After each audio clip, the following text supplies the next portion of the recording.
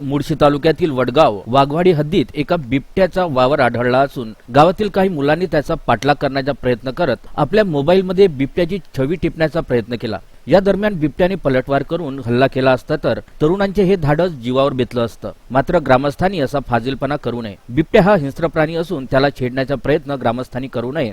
तसेच रात्रीचे कोणीही एकटे फिरणे टाळावे व कोंबड्या, बकरी हे पाळीव प्राणी बंदिस्त ठेवण्याचे आवाहन मुळशी वन विभागाने मुळशीकरांना केलं असून या बिबट्याचा बंदोबस्त लवकरच करण्याचं आश्वासन दिलं आहे। परंतु मुलांनी केलेले हे कृत्य हे धोक्याचे असून यामुळे बिबट्याने पलटवार केला असता तर एखाद्याच्या जीवावर हे बेतले असते।